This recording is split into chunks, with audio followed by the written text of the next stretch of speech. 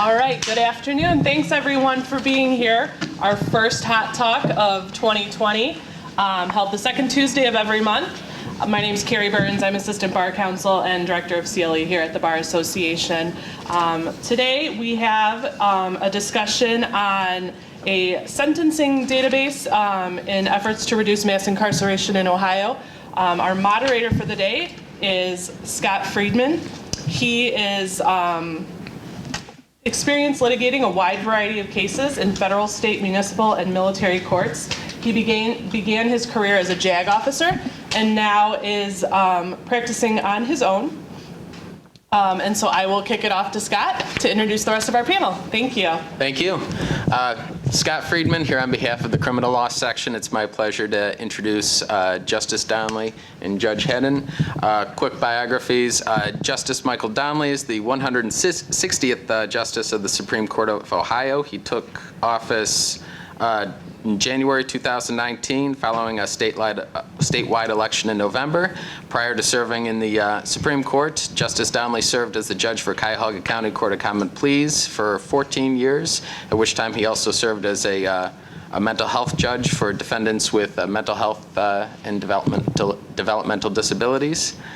Prior to being a judge, he had experience as an assistant county prosecutor here in Cuyahoga County, as well as a civil litigator.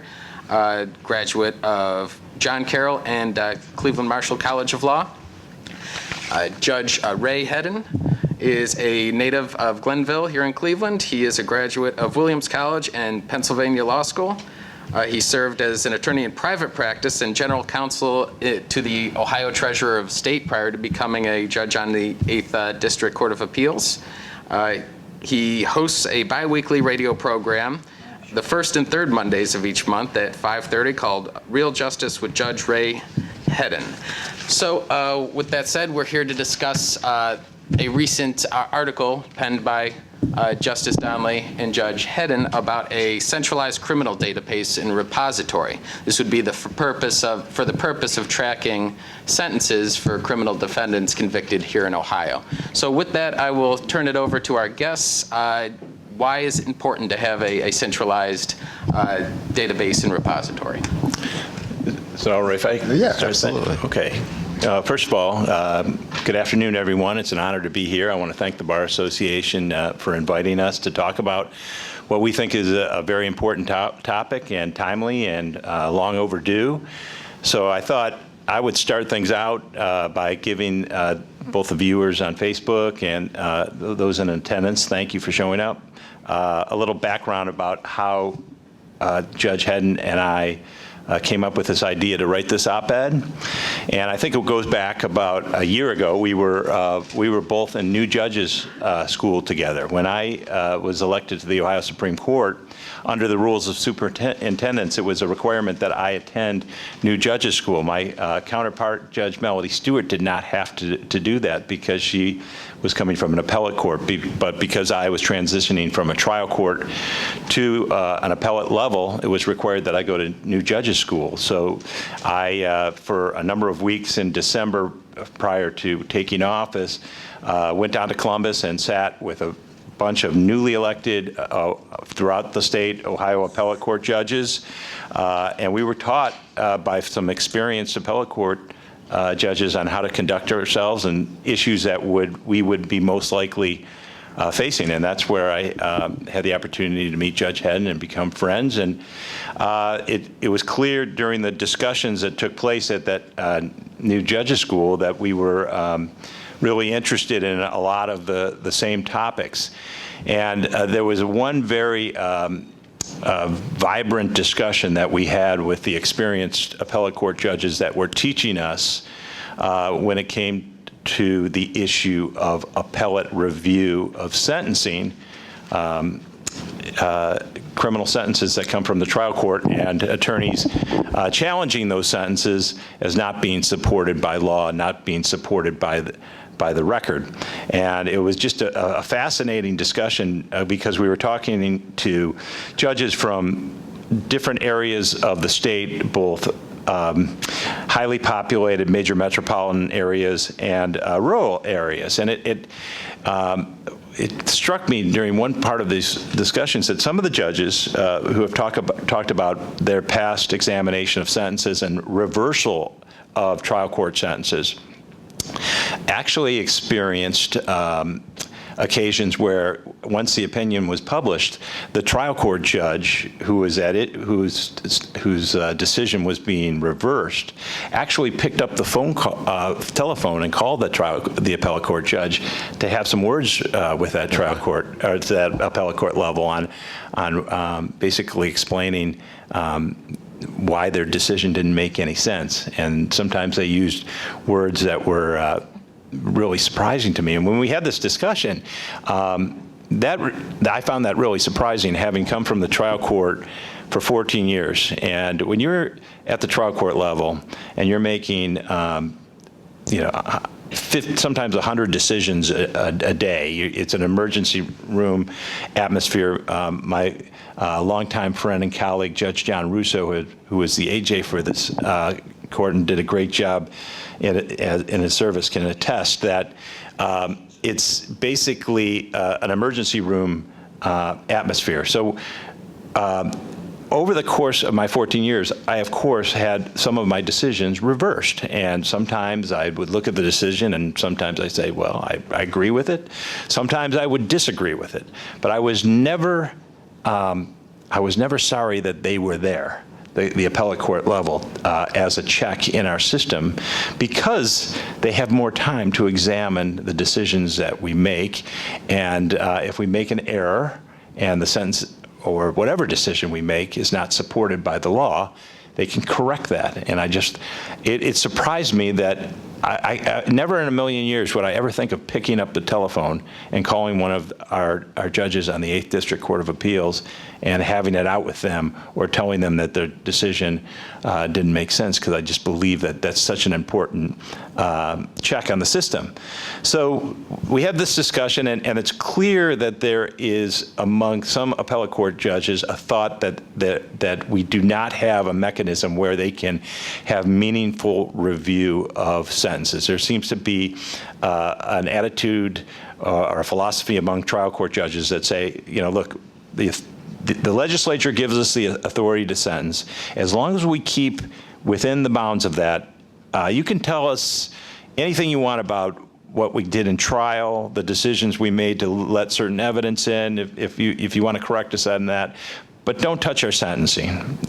Sentencing's our realm, and we're there, we get to hear, and it's our decision to follow the law and come up with a sentence. And appellate court judges really shouldn't be messing around with sentences as long as they're within the statutory range.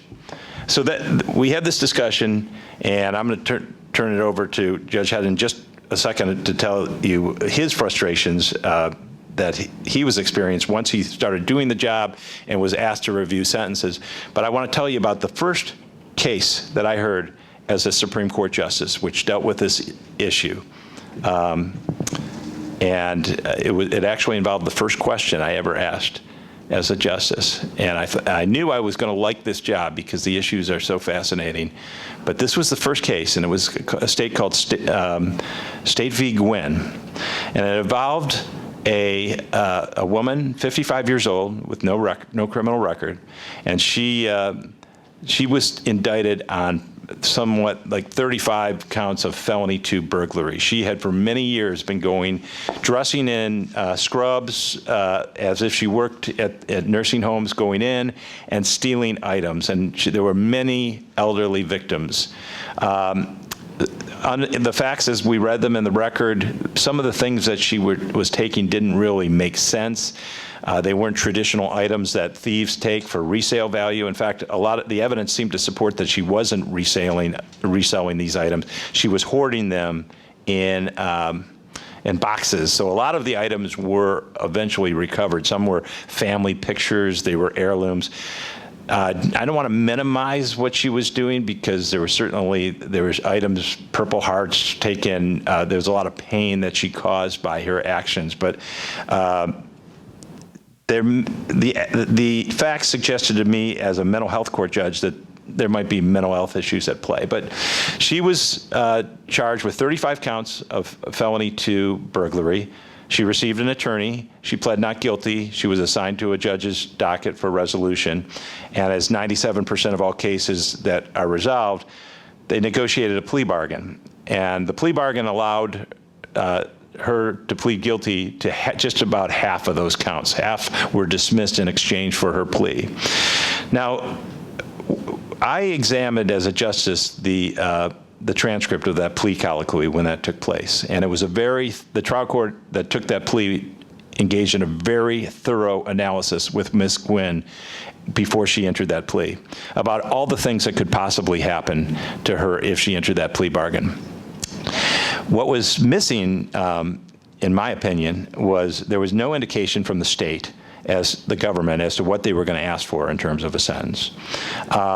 There were discussion that probation was at least on the table as an option for her if she entered this plea bargain. Certainly no promises or indications that it was likely was made, but it was made several times throughout the plea colloquy that now if I give you prison, this can happen. And they talked about restitution, which could only be relevant if she was put on probation. She entered the plea. 30 days later, they show up. The prosecutor stands up in court and asks for 42 years in prison. The defense lawyer stands up and says, we filed a memorandum this morning. I hope you had to get a chance to read it. We're asking for probation. So you have the state asking for 42. You have the defense lawyer asking for 15, and the trial court judge issued a sentence of 65 years over what 65 years sentence, which means that Ms. Gwynn would have to reach the age of 120 to fulfill her sentence. And that was my first question as a justice. I asked the prosecutor what happened was the Court of Appeals reduced that sentence, and then the prosecution said that they had no right to do that. That was the issue that was before us, and I asked the prosecutor, I see what bargain you received from this plea agreement. What bargain did she receive? And he said to me, well, she received half her counts dismissed. Well, that really didn't appear to me to be much of a benefit, and that's when I started thinking about this in greater depth. Talked about it with my friend Judge Headen, and he expressed the same frustrations, and that's what led eventually to us deciding to write this op-ed. Absolutely, and I would like to open up by offering just a thought that different times lead to different results, and when I came on the bench, a judge takes with him where he came from, where he comes from, or where he or she comes from, and the things that were of interest and mattered to that particular judge. And one of the places that I came from was the inner city of Cleveland. Grew up there and was fortunate enough to be bused out to private school out in Shaker and Hunting Valley University School, and went on from there to some other schools, including University of Pennsylvania Law School. And yet you never forget where you came from.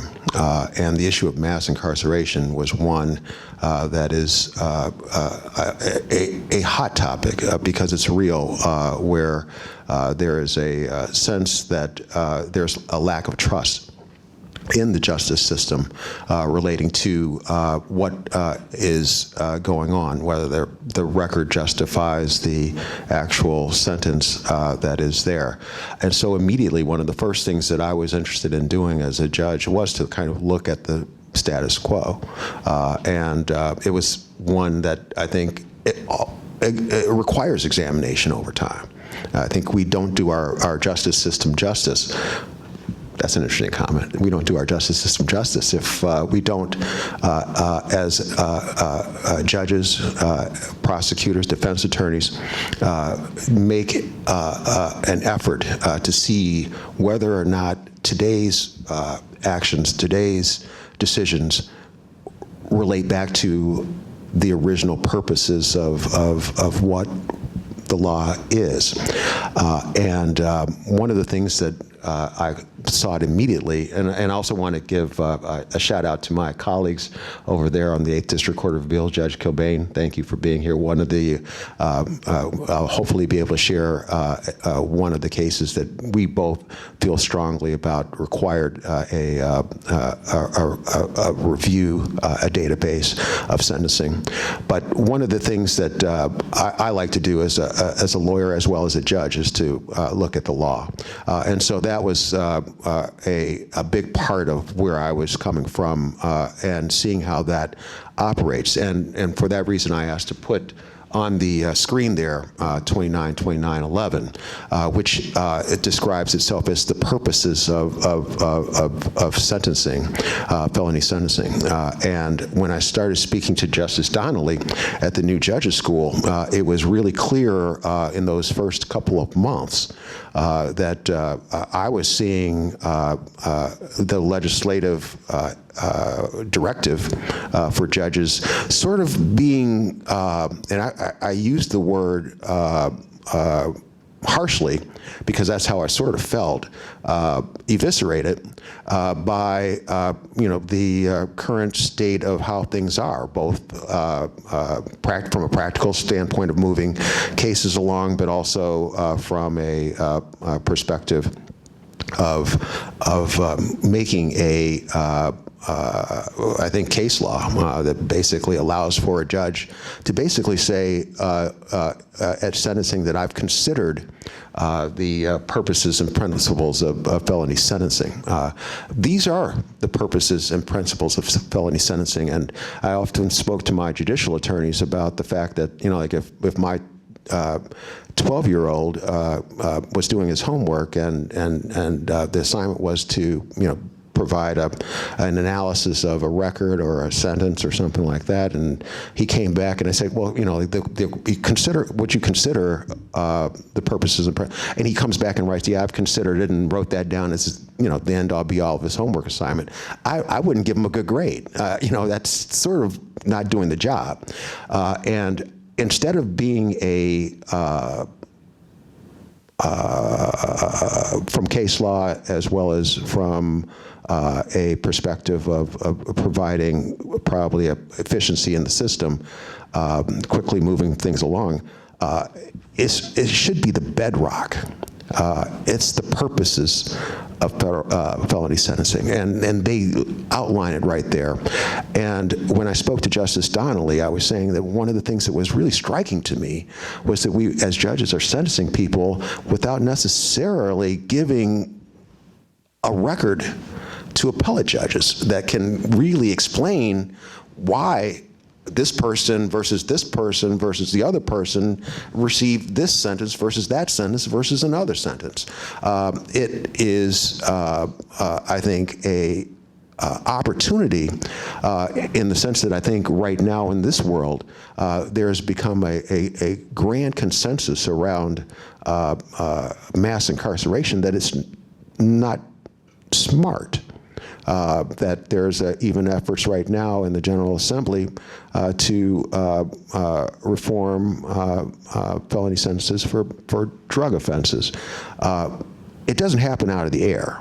And what's going on is the fact that you look at what works and what doesn't work, and whether or not, in fact, I think the conversation now is about a rather hard on crime versus being smart on crime, recidivism and things of that nature. Does it really get us to where we need to be?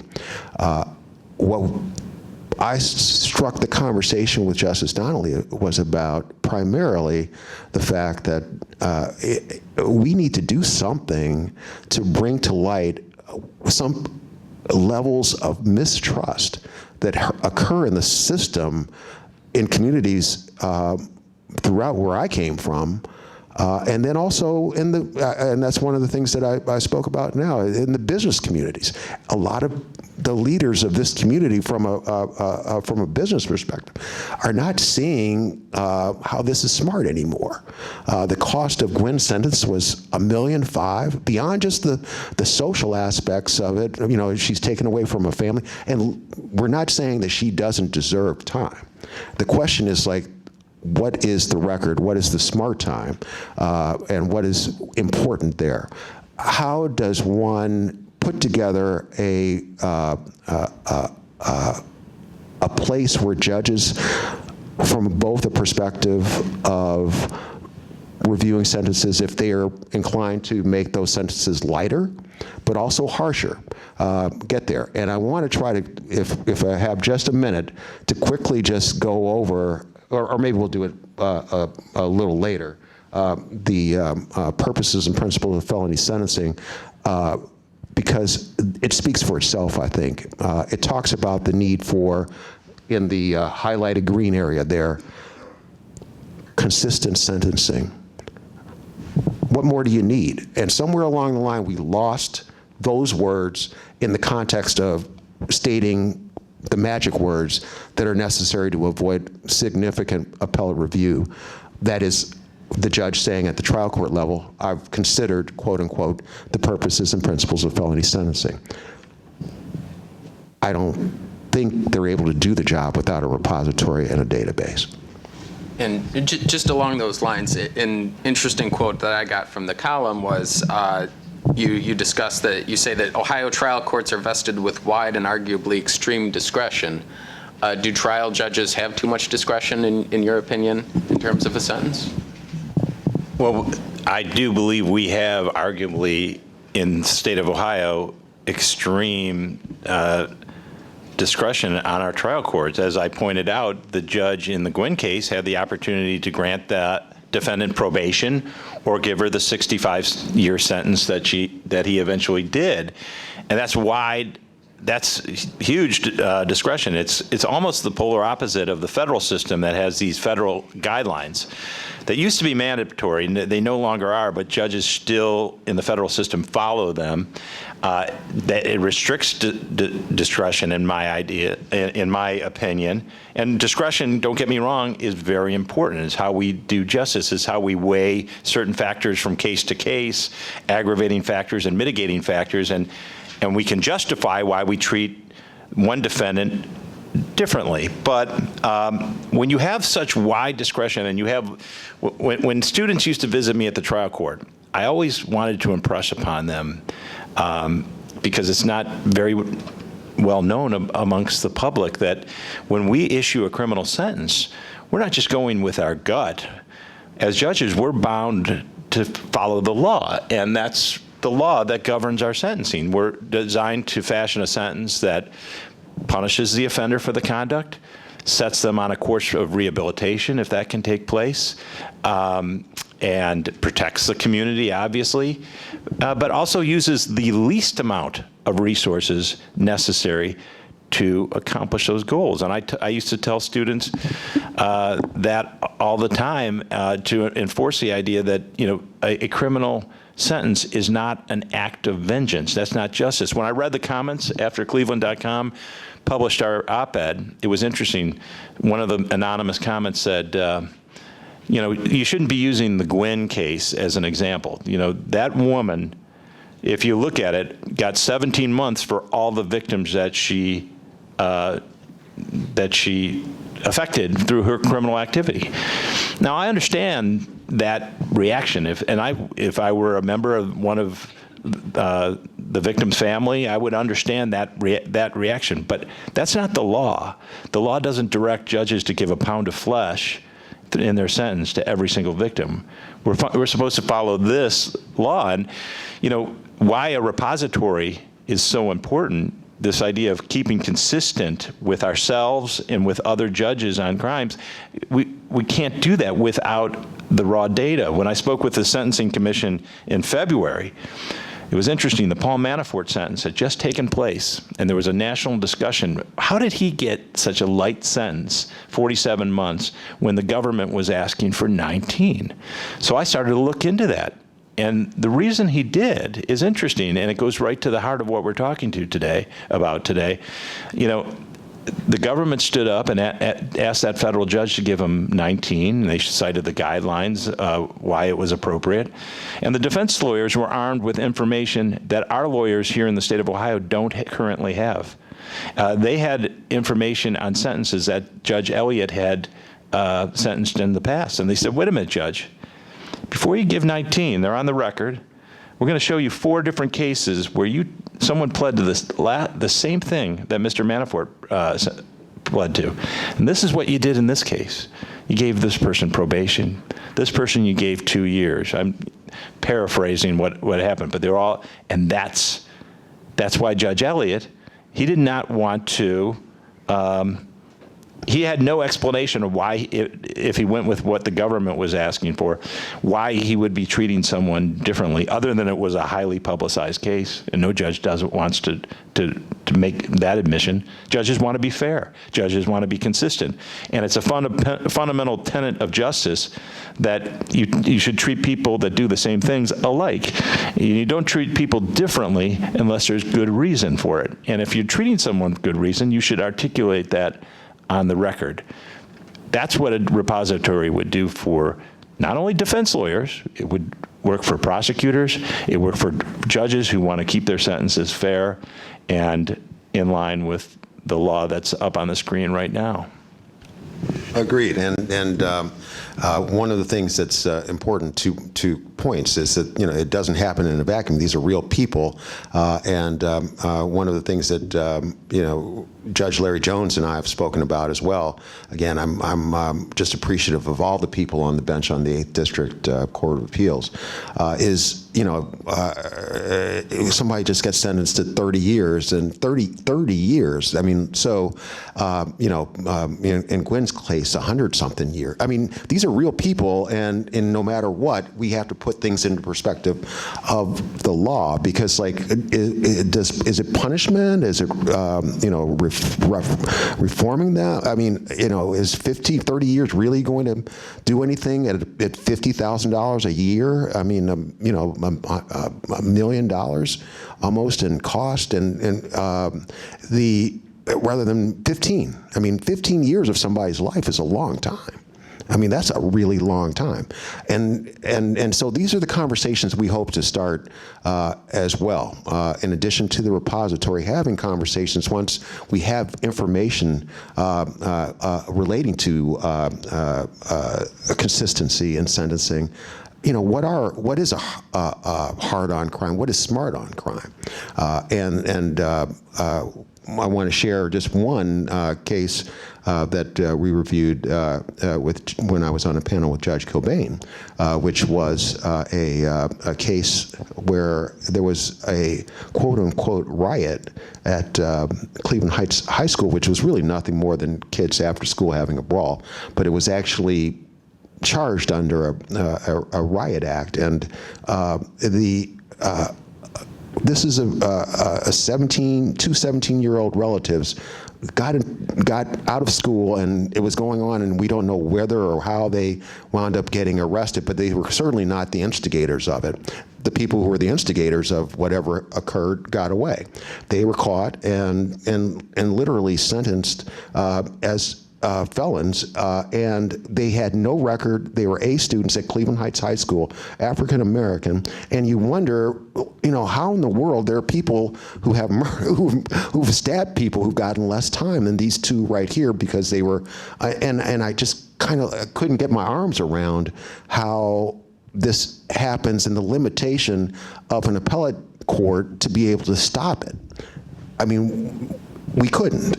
You know, the magic words were there, and the judge had made the decision. And these are the conversations that need to happen. And that's why I'm appreciative of everybody that's in the audience and the people that are on Facebook. Thank you, Judge. We're going to open up to questions. Well, first of all, I'd like to thank both of you for stepping out on this issue because it's so important. I think it's important for your listeners, and maybe you can speak to that too. The Sentencing Commission for the state of Ohio is also looking to do this. And so that's when you look at that overall picture, they are a big player in this. So, and if you would, Justice Donnelly, for those who are listening, they may be thinking, boy, you've got some rogue judges who are out there doing these crazy sentencings. But I think it's fair to say that, as was just said, the magic language. So maybe if you could explain, because Justice, you and I, when we started, the law changed soon afterwards, and we had to be very explicit about why we were giving someone a sentence so that the Court of Appeals could see exactly why. And we had to reiterate lots of factual basis and our findings on the record. Then that changed to this. And now as a judge, I'm protected, as the judge just said. I use this magic language, and I'm protected, and that's one of the concerns that the both of you are having. Maybe speak just briefly to that so the viewer or those who are listening and those in the room could understand where that has changed over time. Certainly. And I think it would also help, in addition to those points, to talk about my own experience and training that I received. Arguably, what we do as trial court judges when we take away someone's liberty and place them in prison is the most important thing and most serious thing we do as a trial court. And we did this every day. Sometimes I'd have in the midst of a trial, have 9 sentencing hearings, and I was sentencing people to prison, community control. In a major metropolitan area, we don't have a lot of time to lay out a record and list. But I tried to put myself in the perspective of an appellate court judge, and I always wanted to give them as much information as possible. This is why I believe this sentence is appropriate. This is the person's record. This is why I believe this person is a danger in the community. This is why I believe the chance of recidivism is high. But Judge Russo is right. When we started out, it wasn't uncommon for everybody to be making these findings. And then there was a ruling, a higher court ruling that said judges should not be making factual findings.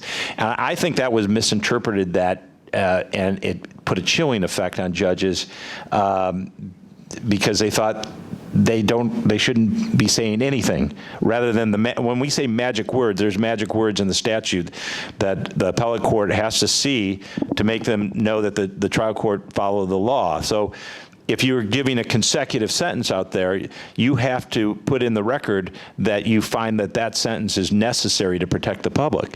But now appellate court judges are just seeing that alone. They're seeing that language, but not the reasons behind it, not what the judge is reviewing in the pre-sentence report. Solid facts that may support that sentence, may very well support the sentence. Appellate court judges are not seeing that, but they feel that their hands are tied because the judge said the, quote, magic words. And I think we have to get back to more transparency. We need trial courts, we need training of trial court judges.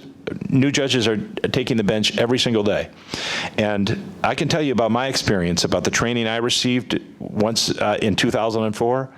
It amounted to about 2.5 hours in new judges school, where we talked about different scenarios. So this is what happened in scenario A. What do you think's appropriate sentence? Probation, we go around the room. No, I think a year. I think 10 years. And we'd say, well, why do you think that? Well, this is, and we had these discussions, and then we drove back from Columbus and we started our job, and that's all the training I ever received on sentencing. And Judge Russo and I have talked about this. How do we keep consistent? Judge Russo, you kept track of your sentences yourself because it was such an importance to you that you be treating people in a consistent and fair manner. With a database, we wouldn't have to try to do that ourselves. The information would be there, and we'd be able to compare like sentences. And I think it would address mass incarceration. When you can sentence someone from 2 to 8 years in prison, what are the factors that one judge's looking at a set of facts, how do they come up with 7 when you get spun? If you were in another judge's courtroom, they come up with 2. And that's why in the article, and you can ask any criminal defense attorney out there, there are some crimes out there that they feel, that perception is that when they walk into the arraignment room and you get one of the 34 judges assigned to you, that your fate is sealed there, depending on which judge you get. And it shouldn't be that way. We should have the information about what's appropriate, how can judges keep in line with the law that guides us, and how can we keep consistent with and treat people alike and treat people that are different in some respect, different, and explain that to the public. That's transparency. That's what fosters confidence in our courts, and that's what's lacking. And that's why I think this is so important, and it would pay for itself. We have 50,000 people. That's the equivalent of every man, woman, and child in the city of Lakewood that has the densest population in the state of Ohio are incarcerated. There are people in prison that need to be there. And 14 years old, for public safety reasons, because they're going to kill people, because they're going to rape people. But the vast majority of people that come through the criminal justice system, and I think every trial court judge would attest to this, do not fall into that category. There are some people that need to be incarcerated because they're going to hurt people. But the vast majority of people don't need necessarily those long sentences that they're getting. So I had a question. Obviously, both of you feel the same way about this issue. This sounds great, let's do it. You said it'll pay for itself. What are the hurdles to having this be established, or the negative responses to this? I think money. I think the legislature has to commit the money, and this was called for originally when Senate Bill 2 was passed. It was just never funded. This is not a new idea. This is certainly, as Judge Russo pointed out, not our idea. The Sentencing Commission has been clamoring for this for some time, and Sarah Andrews and her team down there should be commended. They put out, if you're interested in the subject, they put out the data disconnect in the state of Ohio, and you can get the PDF by just Googling Ohio criminal sentencing data disconnect, and it is fantastic in its explanation of what we don't know as a result of the lack of data, what we could know, and the cost savings that would be involved. And the state of Florida right now is leading the way in building their own repository, getting all the sectors of Florida to speak the same language. They're working on a uniform sentencing entry, which would be helpful in building a database. So I think we could take the lead. We could learn a lot from what they've already been working on underway. But it takes people that believe that this is a worthy goal, and we have to commit the resources. So I'm glad that the Bar Association found it interesting to ask us to come here today, because we want to keep up the momentum on this issue. And I want to follow up too. When you say it pays for itself, I was a finance lawyer. I mean, what is called self-supporting. And again, it comes back to following the law. If you read the law, what it talks about is the minimum state resources necessary. So in essence, really what happens at that point in time, if you want to think about it from a pendulum of where sentences should be, if someone is offered a lighter sentence, then perhaps that person's giving the minimum state resources a higher credibility or credit for in the sentencing concept. But then, like if you're significantly above where the vast majority of felony sentences are on the length of the sentence, then that should, in essence, create a red flag to a certain extent, because in essence, you're costing each and every one of us in this room dollars that are kind of just based upon your own gut reaction, how you felt about it. The Gwen case, for example, $1.5 million. If you take that across the 50,000 people that are in prison right now, you get to a place where it would likely, the establishment and the operation should pay for itself.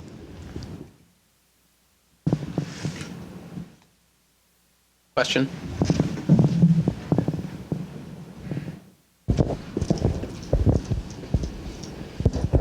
Thank you. Mike, I have really a two-part question. What would the effect have been, using the Gwynn case that you've discussed in both your article and you mentioned it today, if there was this database? Would it have made a difference? That's part one, because I'm not understanding what would change if you had the database for the Gwynn case. And the second part I'm trying to understand is because, Justice Donnelly, you use an example of a case where the Manafort case, where the sentencing judge was able to look at his history of sentencing for similar cases. Are you saying that this database would be limited to the judge, what is their track record for sentencing similar cases and what are the sentences, or are you comparing Judge A with other judges for similar cases? That's my question. Thank you. Okay, well, great question, Jack. Yes, I do believe the sentence would have been different. Why the Gwynn case went to the Supreme Court is a three-judge panel unanimously decided in the 5th District when they were asked to review the sentence and make a determination whether it was supported by law, supported by 29, 29, 11, and 12. And they made a decision not to send it back to the judge and say re-sentence that person. They, under the statute, read it and said, well, we can modify the sentence.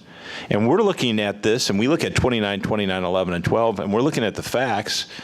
And yeah, this is bad facts. There are a lot of people hurt, but do we really, if you're going to use the least amount of resources necessary, is it arguable that it makes sense that Gwen, when she's 95, in order to protect the public, when she's 95 years old, that she needs to be sitting in the jail cell? You know, I just saw a sentence of a teacher who sexually abused their child, a student who received 2 years, and again, I'm not trying to minimize what happened in Gwen, but if judges were conscious about that third prong, using the least amount of resources necessary to achieve what's it necessary. Now, that three-judge panel reduced it to 15 years. Now, as an individual judge, I don't know if I agree with that sentence, okay? That meets the criteria for 29, 11, and 12. But I also understand that not everybody thinks like me. Not everybody weighs factors like me. So the principle, and if you read my dissent, that I would have affirmed that decision was based on the fact that three judges looked at it, and they felt this was not supported by law. In the state's briefs in that case, they said, these purposes of sentencing, yeah, they're aspirational in nature. They're nice things that judges should think about from time to time, but they're really not law. And I disagree. That has a statute in front of it. Every single trial court judge should be going out at every sentence where they have that wide a swath of discretion, and that's what should be going through their heads as they listen to the prosecution advocate and they listen to the defense. And if they're following that, it will result in sentences that are more commensurate with punishing the offender, rehabilitating them, protecting the public, but using the least amount as the law directs us to do. So, and what was the second part of your question? The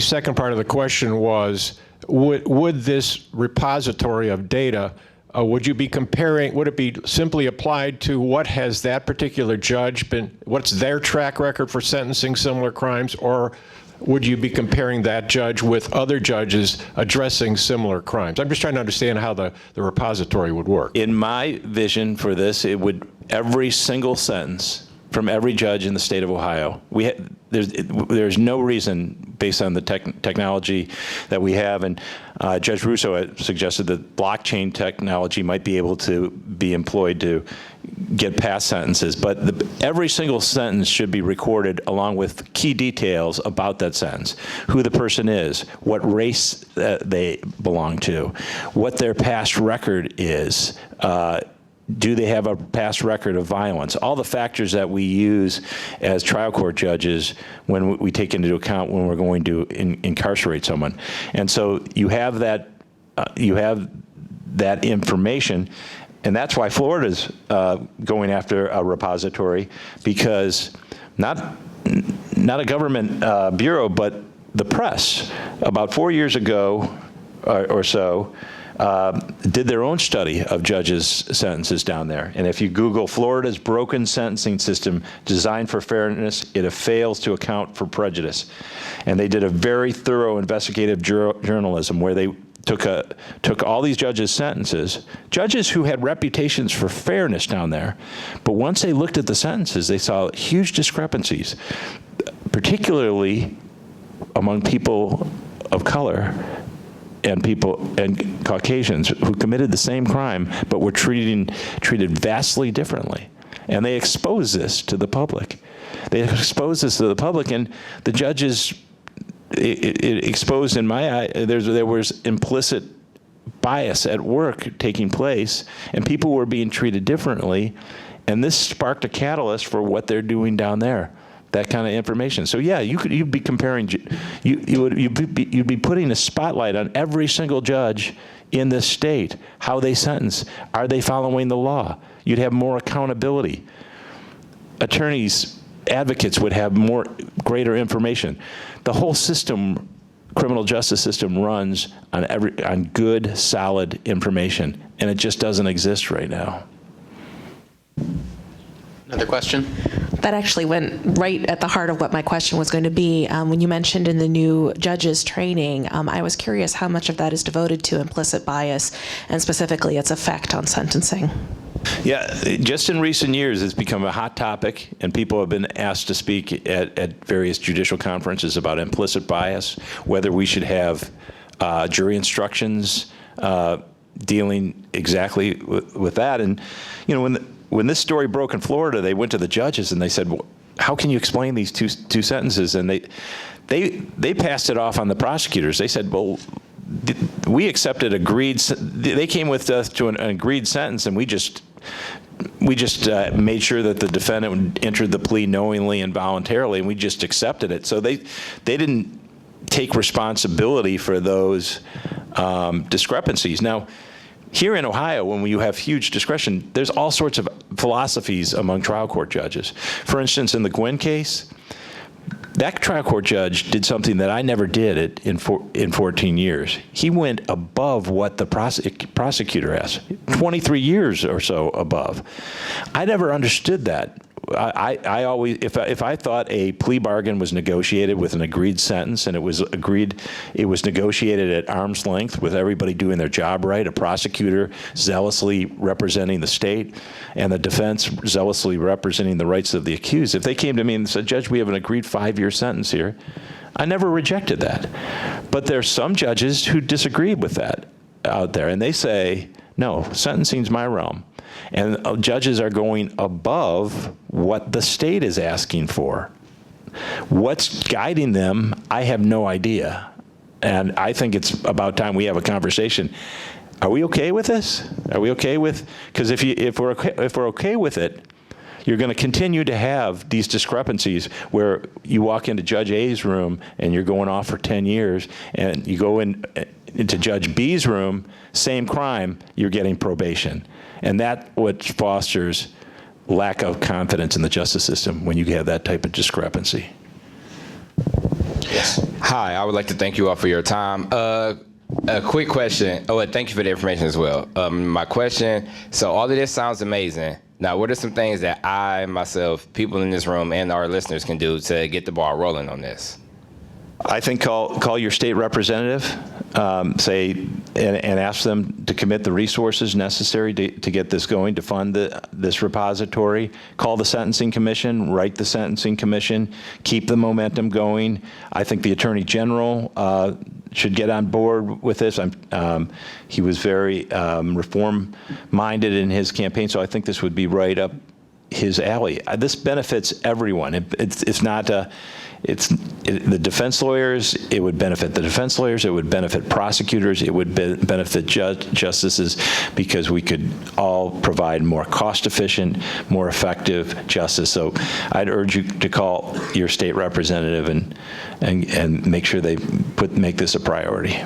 And I would just add, call other people too, to call the state representatives and everyone else, because literally, if it's viewed as a movement, and that really is what it can be, because we're talking about trust in the legal system, and so many people don't have that trust anymore. The people that don't have the trust anymore, tell them to do something about it.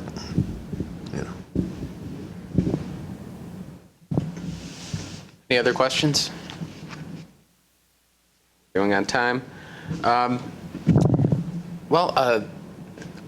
Thank you very much. I think we have about 5 minutes.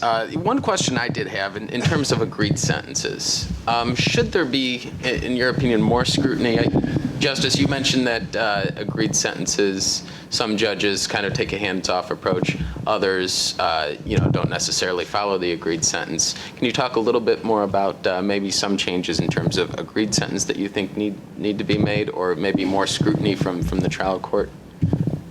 Yes, when I spoke before the Sentencing Commission in February, in addition to, being willing to go to bat with them on their great idea of putting this database together, I also said we should have a statewide conversation about just that, about what is the judge's role in the plea bargaining process. What should judges be telling prosecutors or suggesting to prosecutors what they should be pleading to? I always viewed myself as the neutral in the adversarial process. And as many people in this room that practice in Cuyahoga County, I did everything on the record. I never met with prosecutors or defense lawyers off the record back in chambers, because I came to the conclusion that no one should ever say anything back there, including me, that you wouldn't repeat verbatim on the record. So we would have discussions, and like I said, I think the judge is there as a check on the process. You're the neutral. You want to make sure that the defendant is entering the plea knowingly and voluntarily. They should know within reason what benefit they're gaining through this negotiated arrangement. And if the parties who know more about the facts than I do as the judge, they know their procedural hurdles if the matter goes to trial, if they can come up with an agreed sentence that, again, I find that it's an arm's length transaction, that it was negotiated, it wasn't a sweetheart deal like the Epstein case was being accused of being, then I never rejected that sentence. So let's have the discussion, and for judges who follow a different philosophy, let's have them explain, what do you do when you decide to go over what the prosecutor is asking for? Why? What are you seeing that they're not seeing? I think that conversation needs to take place, because until we have that conversation, you're going to continue to have wide disparity in sentences. Justice Donnelly, I'm back here. I apologize, I've not read the Gwynn decision, but my question to you is, why can't the Supreme Court, the Ohio Supreme Court, mandate by its decision that the trial court judges need to give more than magic words? They need to give specific supporting facts that underlie the magic words. What is preventing the Supreme Court from requiring that? Well, my colleagues, I'd urge people to read the decision. I was the sole dissenter there in that case. I tried to, if I were pleading the majority, that's what I would have trial court judges do. I'd say every sentence, it doesn't take too much to put facts on the record to support your sentence. And I did it all the time. I've considered the sentence 29, 29, 11, and 12, and I'm looking at a pre-sentence report here, and this person has 35 cycles in the system. 75% of them are violent, and there is no indication that there's going to be any that this person is not a danger to society. And this is why. This is what the sentence. And then the appellate court, if they were called to review that, they had that information, and they're just not getting that right now. And I think they should. I think we should have mandatory, requirements that you put at least enough on the record to justify your sentence. I don't think that's too much to ask.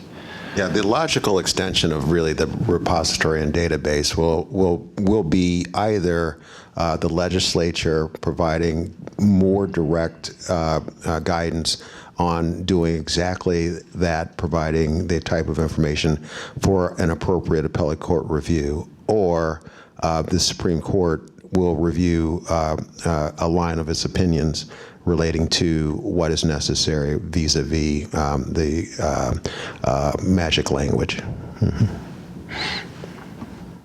Okay. Well, Justice Donnelly, Judge Headen, thank you very much. I think we're about out of time, but we certainly appreciate you coming to speak with us today. Thanks for having us. Thank you.